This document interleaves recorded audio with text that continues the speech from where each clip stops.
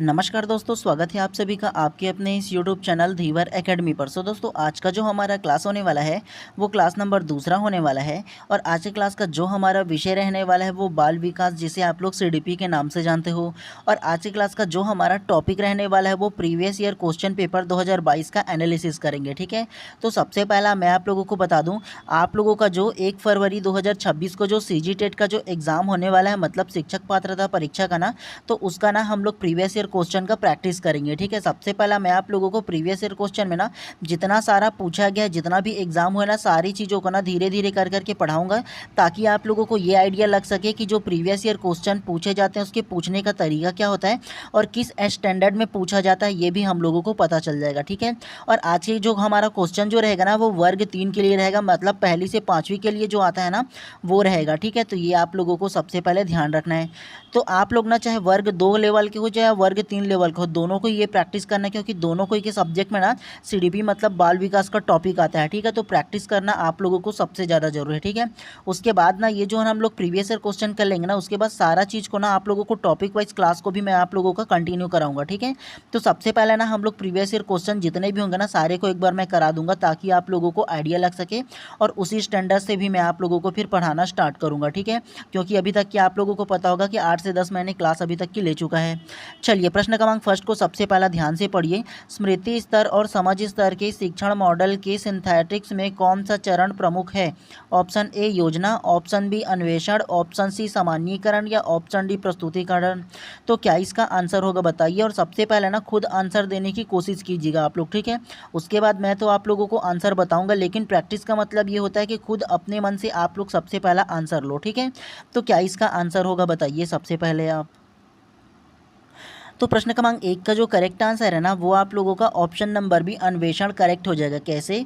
स्मृति स्तर और समझ स्तर के शिक्षण मॉडल के सिंथेटिक्स में से कौन सा चरण प्रमुख है? तो ये जो स्मृति चरण और समझ स्तर का जो मॉडल है ना उसमें कौन सा चरण प्रमुख है बोला है ना, तो अन्वेषण का जो चरण है वो प्रमुख हो जाता है। ठीक है, और अन्वेषण का जो मतलब होता है वो अज्ञात या नई जानकारी या तथ्य को ना खोजना या उसकी जाँच करना जो है ना, और उस प्रक्रिया को क्या कहते हैं, तो हम लोग ना अन्वेषण कहते हैं। ठीक है, तो स्मृति और समझ स्तर की जो मॉडल होगा ना वो अन्वेषण स्तर की चरण जो रहेगा ना, खोज जो प्रमुख रहेगा ना वो आप लोगों का प्रमुख हो जाएगा। ठीक है, तो इस प्रकार से प्रश्न क्रमांक 1 का जो करेक्ट आंसर होगा ना वो ऑप्शन नंबर बी अन्वेषण जो है करेक्ट हो जाएगा। खोज करना, छानबीन करना ना, ये करेक्ट हो जाएगा। ठीक है, क्योंकि स्मृति और समझ के स्तर पर यही प्रमुख चरण होते हैं। तो इस प्रकार से प्रश्न क्रमांक 1 का जो करेक्ट आंसर है ऑप्शन नंबर बी जो है करेक्ट हो जाएगा। चलिए, नेक्स्ट प्रश्न को इसी प्रकार से पढ़ते हुए चलते हैं। चलिए, प्रश्न क्रमांक 2 को ध्यान से पढ़िए। पियाजे के सिद्धांत में एक प्रक्रिया जो धारणाओं और अनुभवों के बीच पुराने और नए के बीच संतुलन बनाने वाली प्रक्रिया को जाना जाता है। ऑप्शन ए आत्मसातीकरण, ऑप्शन बी समांजन, ऑप्शन सी ज्ञान भंग अशांति या ऑप्शन डी संतुलन। तो क्या इसका आंसर होगा बताइए सबसे पहले आप। तो प्रश्न क्रमांक 2 का जो करेक्ट आंसर है वो आप लोगों का ऑप्शन नंबर डी संतुलन करेक्ट हो जाएगा। कैसे? पियाजे के सिद्धांत में एक प्रक्रिया जो धारणाओं और अनुभव के बीच पुराने और नए के बीच संतुलन बनाने वाली प्रक्रिया को जाना जाता है। तो पुराने धारणा और नए धारणा, मतलब पुराना आप लोगों का जो धारणा है, जो इन्फॉर्मेशन है वो, और नया जो आप लोगों का धारणा है, जो इन्फॉर्मेशन, वो दोनों में ना संतुलन मतलब बैलेंस बनाने वाली जो प्रक्रिया है उसे संतुलन ही ना कहेंगे। जी हाँ, मान करके चलो आप पुराने जो बातें हैं उसको पता है, आपके जो पूर्वज है, जो फैमिली है, वो कहते हैं कि यहाँ बेटा ये नहीं करना चाहिए, वो नहीं करना चाहिए, तो ये आप लोगों का पुराना धारणा हो गया। लेकिन आप यंग जनरेशन के जो लोग हैं ना वो सारे की चीज़ नया जो धारणा है उसे आप लोग अडॉप्ट करते हो, लेकिन आप लोगों को जो पुराना धारणा है उनमें भी आप लोगों को बैलेंस बनाना है ना, दोनों की दोनों में।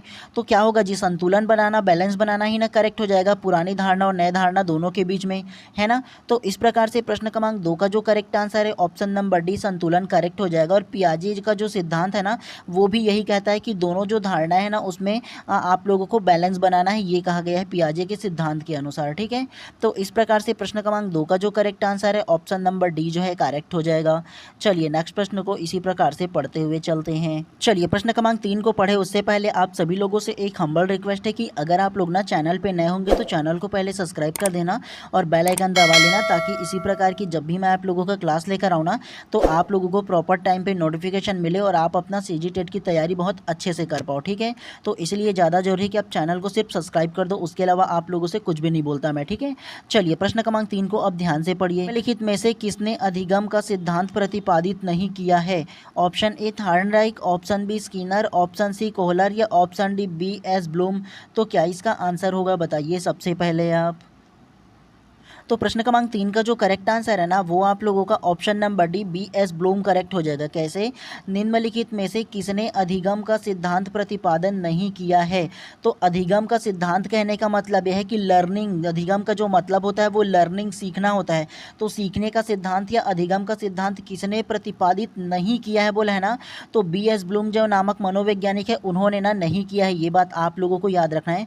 उसके अलावा थॉर्नडाइक, स्किनर और जो कोहलर है ना, तीनों ने ना लर्निंग, अधिगम पर ना सिद्धांत प्रतिपादित किया कि बच्चे कैसे सीखते हैं ना, इस पर ना अपना जो सिद्धांत है, अपना जो मत है ना उसका प्रतिपादन किया है। ठीक है, तो इस प्रकार से प्रश्न क्रमांक 3 का जो करेक्ट आंसर है ऑप्शन नंबर डी जो है करेक्ट हो जाएगा।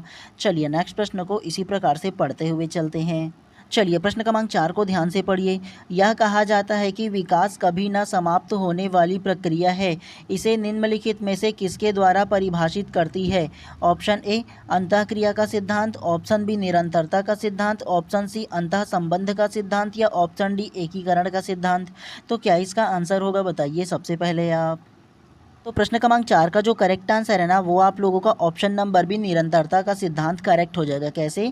यह कहा जाता है कि विकास कभी ना समाप्त होने वाली प्रक्रिया है, इसे निम्नलिखित में से किसके द्वारा परिभाषित किया गया? तो निरंतरता का सिद्धांत ही ना परिभाषित करेगा। जी हाँ, प्रश्न को पढ़ोगे तो आप लोगों को समझ में आएगा। विकास कभी ना समाप्त होने वाली प्रक्रिया मतलब कंटिन्यू चलने वाली प्रक्रिया है, निरंतर चलने वाली प्रक्रिया है। विकास के बारे में आप लोगों को पिछले क्लास में पढ़ाया था ना, नहीं देखे होंगे तो पहले उसको जा कर के देख लीजिए सिलेबस वाइज आप लोग। ठीक है, तो बहुत अच्छे से आप लोगों को समझ में आएगा।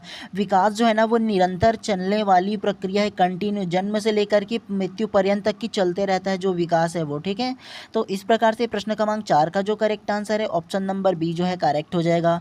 और आप लोग एक बात याद रखिएगा ना, आप लोग ना अपना जो तैयारी के लिए ना आप लोग ना शॉर्ट नोट्स भी बनाइएगा। ठीक है, आप लोगों को ना जो मैं आप लोगों को बताऊंगा नोट करने के लिए ना, उन सारी चीज़ों को ना आप लोगों को नोट करते हुए भी चलना है, शॉर्ट नोट्स भी बनाना है। वजह यह है कि आप लोगों को ना एक हफ्ते पहले रिवीजन के लिए आप लोगों को चाहिए ना, पूरे के पूरे बुक को तो नहीं पढ़ पाओगे या पूरे के पूरे वीडियोस को तो नहीं देख पाओगे, लेकिन एग्जाम से एक हफ्ते पहले आप लोग रिवीजन के लिए जो शॉर्ट नोट्स बनाए उसे आप लोग रिवाइज कर सकते हो। तो इसलिए जिस प्रश्न को मैं बोलूंगा ना उन सारी चीज़ों को आप लोगों को नोट करते हुए चलना है। ठीक है, चलिए प्रश्न क्रमांक 5 को ध्यान से पढ़िए। व्यक्तित्व को मापने की विधि थीमेटिक ऑपरेशनल टेस्ट है। ऑप्शन ए व्यक्तिनिष्ठ तकनीकी, ऑप्शन बी वस्तुनिष्ठ तकनीकी, ऑप्शन सी प्रक्षेपण तकनीकी या ऑप्शन डी प्रयोगात्मक तकनीकी। तो क्या इसका आंसर होगा बताइए सबसे पहले आप। तो प्रश्न क्रमांक 5 का जो करेक्ट आंसर है ना वो आप लोगों का ऑप्शन नंबर सी प्रक्षेपण तकनीकी करेक्ट हो जाएगा। कैसे? व्यक्तित्व को मापने की विधि थीमेटिक ऑपरेशनल टेस्ट है। तो ये जो व्यक्तित्व को मापने की जो विधि है ना वो प्रक्षेपण विधि के द्वारा व्यक्तित्व के ना थीमेटिक जो ऑपरेशनल टेस्ट है ना उसे मापा जाता है। ठीक है, अब आप लोगों के मन में एक सवाल आएगा कि थीमेटिक ऑपरेशनल टेस्ट है क्या? थीमेटिक ऑपरेशनल स्टेज ये है कि थीमेटिक ऑपरेशनल मतलब किसी व्यक्ति के व्यक्तित्व को नापने के लिए ना कि उसका व्यवहार कैसा है, उसका जो बिहेव है वो कैसा है ना, तो उन सारी चीज़ों को मापने के लिए ना प्रक्षेपण तकनीकी का यूज़ किया जाता है। ठीक है, और प्रक्षेपण तकनीकी के माध्यम से ना किसी व्यक्ति के बारे में आप कुछ भी नहीं जानते ना, तो उस व्यक्ति के बारे में ना उसके व्यवहार को जानने के लिए, उसकी आदतों को जानने के लिए, उसका किस प्रकार से उसका बिहेव होता है, उसका रिएक्शन होता है, इन सारी चीज़ों को जानने के लिए ना जो टेस्ट लिया जाता है ना व्यक्तित्व को मापने के लिए ना, तो उसे हम लोग थीमेटिक ऑपरेशनल कहते हैं। ठीक है, और इसे मापा किससे जाता है? तो ये प्रक्षेपण तकनीकी के माध्यम से मापा जाता है। ठीक है, तो इस प्रकार से प्रश्न क्रमांक 5 का जो करेक्ट आंसर है ऑप्शन नंबर सी जो है करेक्ट हो जाएगा। चलिए नेक्स्ट प्रश्न को इसी प्रकार से पढ़ते हुए चलते हैं। चलिए प्रश्न क्रमांक 6 को ध्यान से पढ़िए। पीयर रेटिंग से आप क्या समझते हैं? ऑप्शन ए एक मूल्यांकन उपकरण जिसमें किसी व्यक्ति के कार्य का मूल्यांकन अन्य सदस्यों द्वारा किया जाता है। ऑप्शन बी यह पीयर ग्रेडिंग के समान है। ऑप्शन सी साथियों की रेटिंग कोई भी कर सकता है या ऑप्शन डी कौशलों का एक कठिन मूल्यांकन। तो क्या इसका आंसर होगा बताइए, एटलीस्ट गेस तो कीजिए क्या इसका आंसर हो सकता है। प्रश्न क्रमांक 6 का जो करेक्ट आंसर है ना वो आप लोगों का ऑप्शन नंबर ए करेक्ट हो जाएगा। एक मूल्यांकन उपकरण जिसमें किसी व्यक्ति के कार्य का मूल्यांकन अन्य सदस्यों द्वारा किया जाता है, करेक्ट हो जाएगा। कैसे? पीयर रेटिंग से आप क्या समझते हैं? तो ये जो पीयर रेटिंग है ना उसका जो मतलब होता है ना, ये एक मूल्यांकन प्रक्रिया है जो पीयर रेटिंग है वो, ठीक है, जिसमें ना किसी भी व्यक्ति के द्वारा ना उसके कार्य का मूल्यांकन ना अन्य सदस्यों द्वारा किया जाता है। मतलब यह है कि एक व्यक्ति के ना अगर उसके कार्य का मूल्यांकन करना हो ना उस व्यक्ति के, तो दूसरे व्यक्ति के द्वारा ना उसके कार्य का जो मूल्यांकन किया जाता है ना उसे पीयर रेटिंग के नाम से जाना जाता है। ये बात आप लोगों को याद रखना है। तो इस प्रकार से प्रश्न क्रमांक 6 का जो करेक्ट आंसर है ना ऑप्शन नंबर ए जो है करेक्ट हो जाएगा। चलिए नेक्स्ट प्रश्न को इसी प्रकार से पढ़ते हुए चलते हैं। चलिए प्रश्न क्रमांक 7 को ध्यान से पढ़िए। विकास के निम्नलिखित सिद्धांतों में से कौन सा सिद्धांत गलत है? ऑप्शन ए, विकास में व्यक्तिगत भिन्नता होती है। ऑप्शन बी, विकास संयोग का परिणाम होता है। ऑप्शन सी, यह एक सतत प्रक्रिया है। या ऑप्शन डी, यह अनुमानित है। तो क्या इसका आंसर होगा बताइए सबसे पहले आप। तो प्रश्न क्रमांक 7 का जो करेक्ट आंसर है ना वो आप लोगों का ऑप्शन नंबर बी, विकास संयोग का परिणाम है, करेक्ट हो जाएगा। कैसे? विकास के निम्नलिखित सिद्धांतों में से कौन सा सिद्धांत गलत है बोला है जी, और जो गलत है वो ऑप्शन नंबर बी हो जाएगा, विकास संयोग का परिणाम है। विकास कैसे संयोग का परिणाम होगा? जी हाँ, विकास जबकि होता है वो निरंतर कंटिन्यू चलने वाली प्रक्रिया होता है, और जो विकास होता है ना वो हमेशा चलते रहता है, मतलब सतत चलते रहता है, ठीक है। तो इस प्रकार से ये जो ए है वो भी करेक्ट हो जाएगा। विकास में व्यक्तिगत भिन्नताएं होती है, तो विकास जो होता है ना वो दो व्यक्तियों में ना एक समान जो विकास है वो नहीं होता, भिन्न भिन्न प्रकार से दो व्यक्तियों का विकास होता है, तो ये करेक्ट हो जाएगा। उसके अलावा सी को देखोगे ना तो विकास एक सतत प्रक्रिया है, तो कंटिन्यू प्रक्रिया मैंने पहले भी बताया था। और ऑप्शन डी, यह अनुमानित है। तो हाँ, ये जो विकास है ना किसी व्यक्ति में अनुमानित होता है, मतलब प्रत्येक व्यक्ति में ना अनुमानित होता है कि हाँ इसका जो विकास है ना वो इस प्रकार से आगे चल करके होगा, तो ये अनुमानित भी है। लेकिन किसी प्रकार की संयोग का परिणाम नहीं है कि हाँ एकाएक अचानक मिल गया उसका विकास जो है हो गया, ये संयोग का परिणाम नहीं है, तो ये इसका गलत हो जाएगा, ठीक है। तो इस प्रकार से प्रश्न क्रमांक 7 का जो करेक्ट आंसर होगा ना ऑप्शन नंबर बी जो है करेक्ट हो जाएगा। चलिए नेक्स्ट प्रश्न को इसी प्रकार से पढ़ते हुए चलते हैं। चलिए प्रश्न क्रमांक 8 को ध्यान से पढ़िए। विशेष कठिनाइयों, मानसिक स्वास्थ्य के मुद्दों, विशिष्ट अक्षमताओं, शारीरिक या विकासात्मक वाले विद्यार्थी की शिक्षा पद्धति और अभ्यास का वर्णन करने के लिए सामान्य किस शब्द का प्रयोग किया जाता है? ऑप्शन ए, एकीकृत शिक्षा। ऑप्शन बी, विकलांगों के लिए शिक्षा। ऑप्शन सी, समावेशी शिक्षा। या ऑप्शन डी, विशेष शिक्षा। तो क्या इसका आंसर होगा बताइए सबसे पहले आप। तो प्रश्न क्रमांक 8 का जो करेक्ट आंसर है ना वो आप लोगों का ऑप्शन नंबर डी, विशेष शिक्षा करेक्ट हो जाएगा। कैसे? विशेष कठिनाइयों, मानसिक स्वास्थ्य के मुद्दों, विशेष अक्षमता, शारीरिक विकासात्मक वाले विद्यार्थियों की शिक्षा पद्धति और अभ्यास का वर्णन करने के लिए सामान्य किस शब्द का प्रयोग किया जाता है? अगर मैं आप लोगों को ये प्रश्न क्रमांक 8 को और सरल तरीके से समझाऊँ ना तो इसमें ध्यान से देखो, ये शब्द विशेष कठिनाई बोला है, विशेष कठिनाई। तो विशेष कठिनाई अगर किसी जो छात्र है ना, किसी प्रकार की जो विद्यार्थी है उसको होता है ना, मतलब वो ये समझना कि ये जो विशेष कठिनाई वाले जो छात्र है वो किसी न किसी प्रकार से दिव्यांग बालक है, ठीक है। मतलब उसको किसी जो फील्ड में ना, मतलब उसको हो सकता है कि दृष्टि बाधित हो, श्रव बाधित हो, या उसके अलावा किसी प्रकार से अंगों में दिव्यांगतापन हो। तो उस प्रकार के जो विद्यार्थी होते हैं ना, तो उन तमाम विद्यार्थियों के लिए ना विशेष शिक्षा का पद्धति रखा गया है भारत सरकार के द्वारा, है ना। उसको विशेष शिक्षा की आवश्यकता होता है ना। तो इस प्रकार से ना प्रश्न क्रमांक 8 का जो करेक्ट आंसर होगा ना विशेष शिक्षा करेक्ट हो जाएगा। आप लोगों ने देखा होगा कि जो श्रवण बाधित होता है, दृष्टि बाधित होता है, या किसी प्रकार से दिव्यांग जो बालक होता है ना, उन तमाम बालकों की शिक्षा के लिए विशेष शिक्षा का प्रावधान रखा गया है। तो अगर आप लोगों को नजर आए ना विशेष वाली बात जो विद्यार्थी में पूछा जाना, तो आप लोगों को ना विशेष शिक्षा को लेना है आप लोगों को, ठीक है। चलिए प्रश्न क्रमांक 9 को ध्यान से पढ़िए। एनी सुलेवान जिन्होंने हेलन केलन के ट्यूटर के रूप में कार्य किया किससे पीड़ित थी? ऑप्शन ए, हड्डी रोग विकलांगता। ऑप्शन बी, भाषाई दोष मंदता। ऑप्शन सी, मानसिक मंदता। या ऑप्शन डी, दृष्टि हानि। तो क्या इसका आंसर होगा बताइए, एटलीस्ट गेस तो कीजिए, नहीं पता होगा फिर भी आप। तो क्या इसका आंसर होगा बताइए सबसे पहले आप। तो प्रश्न क्रमांक 9 का जो करेक्ट आंसर है ना वो आप लोगों का ऑप्शन नंबर डी, दृष्टि हानि करेक्ट हो जाएगा। कैसे? एनी सुलेवान जिन्होंने हेलन केलन के ट्यूटर के रूप में कार्य किया किससे पीड़ित थी? तो ये जो एनी सुलेवान था ना वो हेलन केलन, तो आप लोगों को पता होगा ना कि जिन्होंने ब्रेल लिपि का यूज़ करके वो पढ़ना लिखना सुनना बोलना सारा चीज़ शुरू किया था। आप लोगों को पता होगा ना हेलन केलन के बारे में, है ना। तो ट्विटर सुलेवान जो है ना वो हेलन केलन की शिक्षिका थी या ट्विटर थी, ट्विटर को ही ना शिक्षिका के रूप में जाना जाता है, ठीक है। है। और ये किससे पीड़ित थी बोला है ना, तो ये जो एनी सुलेवान जो है ना वो दृष्टि हानि से पीड़ित था, ठीक है। और ये जो एनी सुलेवान जो है ना, इन्होंने ही ना हेलन केलन को ना पढ़ना लिखना सिखाया था। मतलब ना आप लोगों को पता होगा कि ये जो हेलन केलन है वो ब्रेल लिपि का यूज़ करता था, मतलब अल्फ़ाबेट जो इंग्लिश का होता था, बाकी पढ़ना सिखाता था। ये जो स्पर्श कर करके जो डॉट डॉट में होता था ना, है ना, आप लोगों को पता होगा ब्रेल लिपि के माध्यम से पढ़ना सीखा है। तो इन्होंने ही ये सिखाया था, एनी सुलेवान ने, एक शिक्षिका के रूप में, ठीक है। और शिक्षिका को ही ना ट्विटर कहा जाता था। और एक चीज़ आप लोगों को बता दूँ, ये जो है ना वो लगभग 1887, कब 1887 को ना पढ़ना लिखना सिखाई थी हेलन केलन को, इसी समय, ठीक है। तो ये आप लोगों को याद रखना है, ठीक है। तो इस प्रकार से प्रश्न क्रमांक 9 का जो करेक्ट आंसर है ऑप्शन नंबर डी जो है करेक्ट हो जाएगा। चलिए नेक्स्ट प्रश्न को इसी प्रकार से पढ़ते हुए चलते हैं। चलिए प्रश्न क्रमांक 10 को ध्यान से पढ़िए। शिक्षा का अधिकार 2009 के अनुसार विशेष आवश्यकता वाले बच्चों को पढ़ाना चाहिए। ऑप्शन ए, व्यावसायिक प्रशिक्षण केंद्रों में जो उन्हें जीवन कौशल के लिए तैयार करेगा। ऑप्शन बी, आवश्यक सहायता प्रदान करते हुए घर पर उनके माता पिता और देखभाल करने वाले के साथ। ऑप्शन सी, उनकी व्यक्तिगत आवश्यकताओं को पूरा करने के प्रावधानों के साथ समावेशी शिक्षा व्यवस्था में। या ऑप्शन डी, विशेष रूप से उनके लिए बनाए गए विशेष स्कूलों में। तो क्या इसका आंसर होगा बताइए सबसे पहले आप।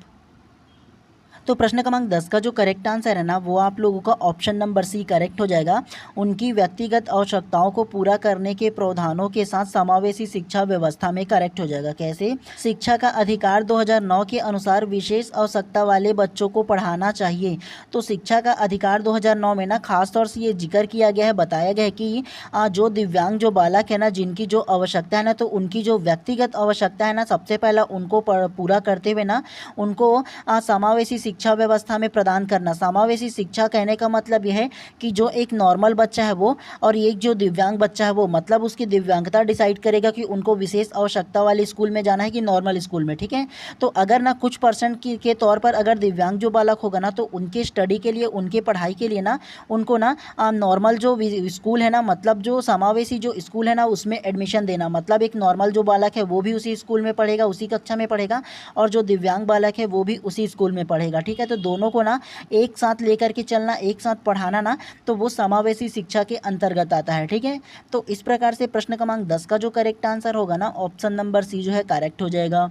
चलिए नेक्स्ट प्रश्न को इसी प्रकार से पढ़ते हुए चलते हैं और आपको ना ऑप्शन के अकॉर्डिंग आप लोगों को आंसर लेना है, ठीक है। चलिए नेक्स्ट प्रश्न को पढ़ते हुए चलते हैं। अब चलिए प्रश्न क्रमांक 11 को ध्यान से पढ़िए। उससे पहले आप लोगों के लिए ना एक सूचना है, थोड़ा सा ध्यान से सुनिएगा। अगर आप लोगों के मन में किसी प्रकार का विशेष सवाल आ रहा होगा और उस सवाल का जवाब जानने के लिए अगर आप लोग चाहते हो कि मैं अपना पर्सनल नंबर आप लोगों को सजेस्ट करूँ, ताकि आप लोग पर्सनली तौर पर मेरे से कॉल करके जो अपनी जो किसी प्रकार की जो सवाल है वो जान सको या किसी प्रकार का सजेशन ले सको ना, तो आप लोगों को क्या करना है, सबसे पहले आप लोग जाइए इंस्टाग्राम पर और सर्च कीजिए बाय एमडी धीवर करके ना। वहाँ पर आप लोगों को मेरा प्रोफाइल मिल जाएगा और प्रोफाइल के कमेंट बॉक्स में जाकर के आप कमेंट कीजिए कि सर आप अपना पर्सनल नंबर दीजिए बोल करके ना। तो मैं आप लोगों को सबसे पहला ना अपना फ़ोनपे का नंबर दे दूंगा और वहाँ पर आप लोगों को केवल 200 आप लोगों को फ़ोनपे करना है। और उसके बाद ना जो मेरा पर्सनल नंबर है उसे आप लोगों को शेयर कर दूंगा। और उसके बाद ना कभी भी आप लोग किसी भी प्रकार के अगर सवाल पूछना चाहो तो पूछ सकते हो या किसी प्रकार की सजेशन लेना चाहो तो ले सकते हो, ठीक है। और ये रिक्वायरमेंट केवल उन्हीं लोगों के लिए रखा हूँ जिनको विशेष सजेशन की या सलाह की आवश्यकता है, उनके लिए है, ठीक है। अगर मैं चाहूँ तो इसे फ्री ऑफ कॉस्ट में भी दे सकता हूँ, बट क्या है ना, छोटे छोटे सवाल के लिए भी बार बार कई लोग फ़ोन करेंगे ना, तो इसलिए ना मैं विशेष ये जो रिक्वायरमेंट है वो रखा हूँ, ठीक है। और वैसे भी अगर आप सीजी टेट का भी कोचिंग करना चाहो तो 8 से 10 हज़ार आप लोगों का वैसे भी फीस लेता है। और वैसे भी मैं आप लोगों को फ्री ऑफ कॉस्ट में पढ़ाता हूँ। केवल आप लोग विशेष तौर से अगर बात करना चाहोगे पर्सनली तौर पर ना, तो उसके लिए ये रिक्वायरमेंट रखा हूँ, ठीक है। एक बार सोचिएगा आप लोग जरूर, ठीक है। कोई ज़्यादा नहीं है अगर कि सोचना चाहो तो। चलिए अब हम लोग ना पढ़ने के ऊपर फोकस करते हैं। तो प्रश्न क्रमांक 11 को ध्यान से पढ़िए। पियाजे के अनुसार संज्ञानात्मक विकास की दूसरी अवस्था है। ऑप्शन ए, संवेदी प्रेरक अवस्था काल। ऑप्शन बी, औपचारिक संक्रियात्मक काल। ऑप्शन सी, प्राक संक्रिया काल। या ऑप्शन डी, मूर्त संक्रिया काल। तो क्या इसका आंसर होगा बताइए सबसे पहले आप। तो प्रश्न क्रमांक 11 का जो करेक्ट आंसर होगा ना वो आप लोगों का ऑप्शन नंबर सी प्राक संक्रिया काल करेक्ट हो जाएगा। कैसे? पियाजे के अनुसार संज्ञानात्मक विकास की दूसरी अवस्था है बोले है ना, तो पियाजे के अनुसार जो संज्ञानात्मक विकास की जो दूसरी अवस्था है वो ऑप्शन नंबर सी प्राक संक्रिया काल करेक्ट हो जाएगा। कैसे? तो चलिए अब आप लोगों को ना एक एक करके ना ये जो पियाजे का संज्ञानात्मक विकास का जो चरण है, अवस्था है ना, उसे आप लोगों को बहुत अच्छे से समझाता हूँ। ठीक है, ध्यान से आप लोग सुनिएगा। सबसे पहला जो जीन पियाजे नामक मनोवैज्ञानिक है ना, उन्होंने ना संज्ञानात्मक विकास के जो काल है ना, जो अवस्था है ना, उसे प्रमुख 4 प्रकार से बांटा है। कौन कौन सा? तो सबसे पहला जो आएगा वो ए हो जाएगा, सबसे पहला वाला संवेदी प्रेरक अवस्था जो है ना वो सबसे पहला हो जाएगा। और इसका जो अवस्था है ना वो जन्म से लेकर के 2 वर्ष तक की रखा गया है। जो इसका काल को बता रहा हूँ वो और इसका जो अवस्था जो एज को बता रहा हूँ, उन दोनों को अपने शॉर्ट नोट्स में नोट करके रखना है। ठीक है, बहुत पूछा जाता है इसे। उसके अलावा दूसरा जो होगा ना वो ऑप्शन नंबर सी प्राक संक्रिया काल करेक्ट हो जाएगा। दूसरा में इसका जो एज है ना वो 2 वर्ष से लेकर के 7 वर्ष तक की है। ठीक है, तीसरा जो होगा वो मूर्त संक्रिया काल तीसरा हो जाएगा और इसका जो एज है ना वो 7 वर्ष से लेकर के 11 वर्ष तक की इसका एज हो जाएगा। और चौथा जो होगा वो औपचारिक संक्रिया काल चौथा हो जाएगा और इसका जो एज है ना वो 11 से लेकर के अधिक हो जाएगा या 11 से 18 हो जाएगा। ठीक है, तो ये चारों के चारों को आप लोगों को इसका जो पहला दूसरा तीसरा जो बांटा है उसको और इसका जो एज है दोनों को आप लोगों को याद रखना है। वेरी वेरी इंपॉर्टेंट है, बता रहा हूँ आप लोगों को। ठीक है, तो पियाजे ने 4 प्रकार से मुख्य तौर पर ये जो संज्ञानात्मक विकास है उसको बांटा है। सबसे पहला जो होगा वो संवेदी प्रेरक अवस्था या संवेदी गामक अवस्था भी बोलते हैं, जन्म से 2 वर्ष तक का इसका एज है। दूसरा प्राक संक्रियात्मक काल या पूर्व संक्रियात्मक काल कहा जाता है जिसका एज 2 से 7 वर्ष है। तीसरा मूर्त संक्रियात्मक काल कहा जाता है। ठीक है, और इसका जो एज है वो 7 से 11 वर्ष है। और चौथा ना औपचारिक संक्रियात्मक काल कहा जाता है। ठीक है, या अमूर्त संक्रियात्मक काल भी कहा जाता है और इसका जो एज है 11 से 18 है। तो इन चारों को आप लोगों को याद रखना और ये जो दूसरा एज जो पूछा है ना वो ऑप्शन नंबर सी जो है करेक्ट हो जाएगा। वेरी वेरी इंपॉर्टेंट है, बता रहा हूँ, नोट करके रखना है, पूछा जाता है इसी में से। ठीक है, चलिए प्रश्न क्रमांक 12 को ध्यान से पढ़िए। लॉरेंस कोलबर्ग के अनुसार एक कार्य संपादित करना व कुछ करना क्योंकि दूसरे उसे स्वीकार करते हैं नैतिकता के खालिस्तान चरण का प्रतिनिधित्व करता है। ऑप्शन ए पारंपरिक, ऑप्शन बी पोस्ट पारंपरिक, ऑप्शन सी औपचारिक पारंपरिक या ऑप्शन डी पूर्व पारंपरिक। तो क्या इसका आंसर होगा बताइए सबसे पहले आप। तो प्रश्न क्रमांक 12 का जो करेक्ट आंसर होगा ना वो आप लोगों का ऑप्शन नंबर ए पारंपरिक करेक्ट हो जाएगा। कैसे? लॉरेंस कोलबर्ग के अनुसार एक कार्य संपादित करना व कुछ करना क्योंकि दूसरे उसे स्वीकार करते हैं नैतिकता के किस चरण का प्रतिनिधित्व करता है।